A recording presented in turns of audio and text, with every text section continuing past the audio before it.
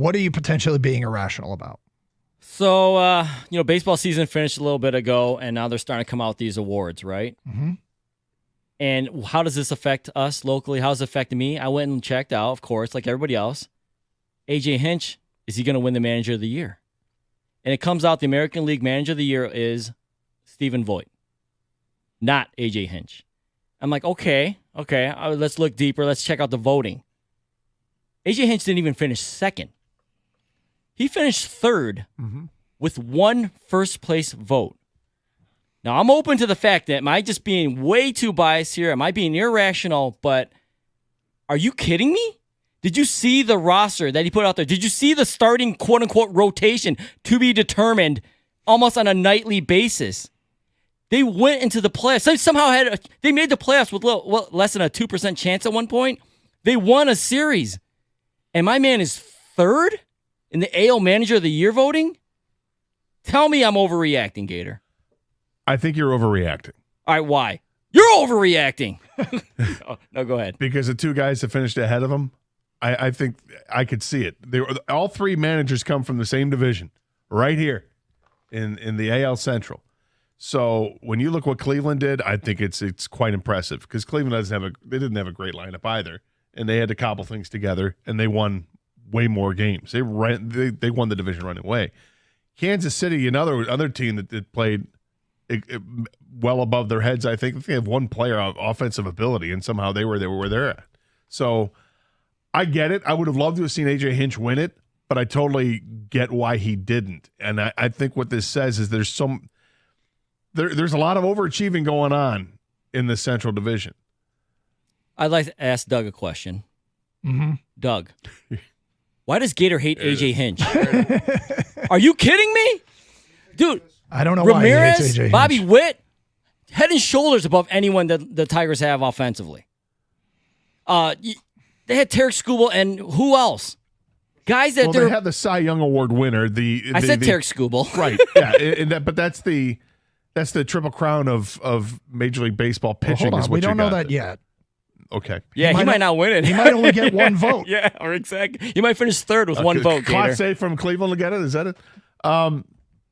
Yeah, but the Tigers. I mean, I understand the point with Bobby Witt and Jose Ramirez, but the Tigers can combat that with a couple of guys that are really good. Okay, hold on. You can't compare rosters. Can you?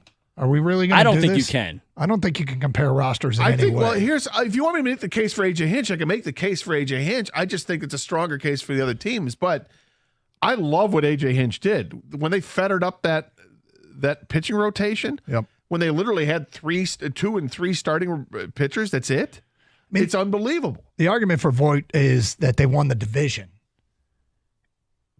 Kansas City and Detroit finished with the exact same record. Look, you know my answer to this is I don't care. One vote does seem a little light. It does seem a little light. Now, Kenny brought up something to me, and I want to get your thoughts on it. Do you think there's any Houston Astro cheating taint scandal still attached to AJ Hinch where voters are like, hey, I'm not voting for this guy because of what happened in the past? Yeah, I could see that.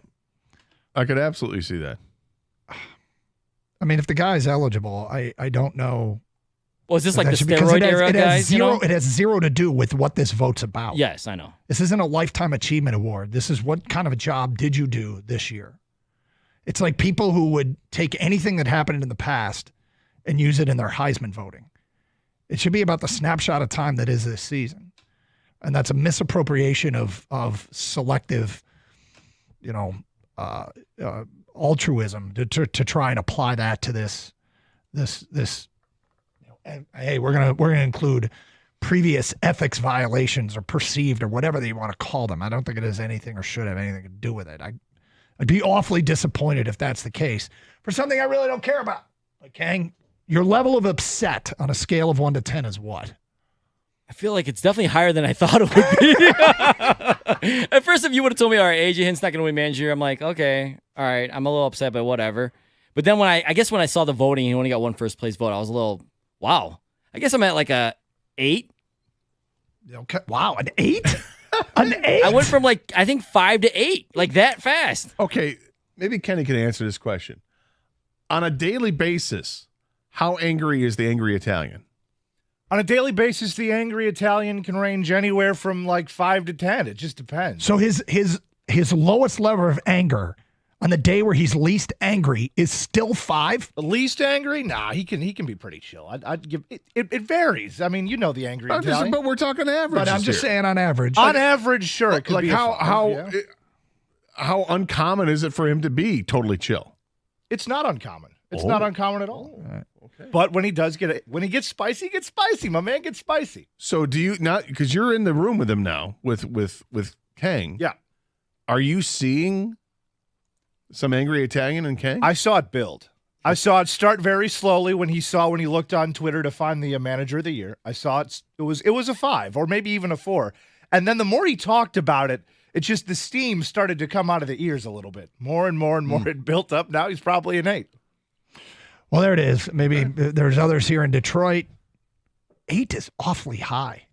Awfully high. Yeah, he's very, very upset.